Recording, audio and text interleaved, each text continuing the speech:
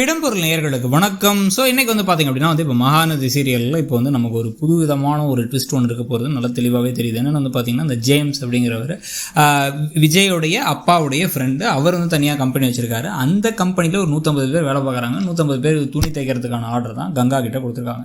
So இப்போ கங்காவும் குமரனும் சேர்ந்து ராத்திரியெல்லாம் தச்சு முடிக்கிறது அப்படிங்கிற விஷயத்தை இறங்குறது யாருக்காகனா அந்த ஒரு ஜேம்ஸ்க்காக தான். அதுக்கு தான் சலீமை வர வைக்கிறாங்க. யமுனாவை இதை தைக்கிற மாதிரி காமிச்சாங்க. அதுலேயும் வேறு அவங்கெல்லாம் கடையில் வச்சு தைக்கும் பொழுது போலீஸ் என்ன சொல்லிடுறாங்கன்னா, இங்கேருந்து தைக்கக்கூடாது, நேராக கிளம்பி போங்க, உங்கள் வீட்டுக்கே போயிடுங்க அப்படின்னு சொல்ல ஒரு லோட் ஆட்டோ வச்சு அந்த தையல் மிஷின்லாம் வீட்டுக்கு கொண்டு வச்சு நைட்டெல்லாம் தைச்சு தான் அந்த இதை ஃபுல்லாக முடிக்கிறாங்க. முடிச்சு இப்போ கொண்டு போய் அங்கே ட்ராப் ஆஃப் பண்ணலாம் அப்படின்னு அங்கே கிளம்பி போனோம். அங்கே சீஃப் கெஸ்ட்டாகவே யார் உட்காந்துருக்க போகிறான் மேடையில் அப்படின்னு பார்த்தா விஜயும் காவேரியும் தான் உட்காந்துருக்க போகிறாங்க. அதை பார்த்து கங்காவுக்கு ஷாக் ஆக போகுது.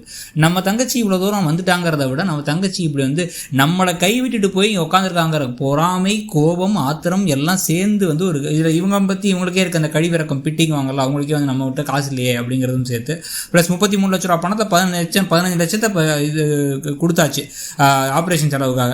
மிச்சம் இருக்கிற 18 லட்சம் என்ன ஆச்சு, அது தூக்கிட்டு ஓடிட்டா அப்படின்னு ஒரு நினப்பில் இருக்காங்கல்ல அவங்க. அதனால கோவப்படுறது, பெரிய பணக்காரனா பெரிய இவளானின்னு சண்டை போடுறது, வேணே குத்தி காமிக்கிற மாதிரி பேசுறதுன்னு கங்காவுக்கும் காவேரிக்கும் இடையில ஒரு குட்டி திருப்பி ஒரு சண்டை இன்னும் பெருசாக வரதுக்கான வாய்ப்புகள் இருக்குது.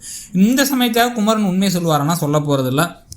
ஆனால் குடும்பத்துக்குள்ளார ஒரு பிரிவை வச்சுக்கிட்டு அதை மெயின்டைன் பண்ணி அதே சமயத்தில் பார்த்தீங்கன்னா காவேரி எப்படியாச்சும் உங்களுக்கு ஹெல்ப் பண்ணுறதுக்கு வேறு ஏதாவது வகையில் ட்ரை பண்ணுறதும், உன் ஹெல்ப் எங்களுக்கு தேவையில்லைன்னு அவங்க தூக்கி போடுறதும் தான் கதையில் எடுத்துகிட்ட விஷயமா இருக்க போகுது. இதுக்கு நடுவில் விஜய், நிவின், காவேரி இந்த முக்கோண காதல் கதையில் யார் யாரெல்லாம் கடைசியாக சேர போகிறாங்கிற கேள்வியும் இருக்குது. உங்களுக்கு யார் சேரணும்னு நினைக்கிறீங்கிறத சொல்லுங்கள். தேங்க்யூ. இடம்பொருள் நேயர்களுக்கு வணக்கம். ஸோ இன்றைக்கி பார்த்திங்க அப்படின்னா இப்போ மகாநதி சீரியலில் இப்போ நமக்கு ஒரு புது விதமாக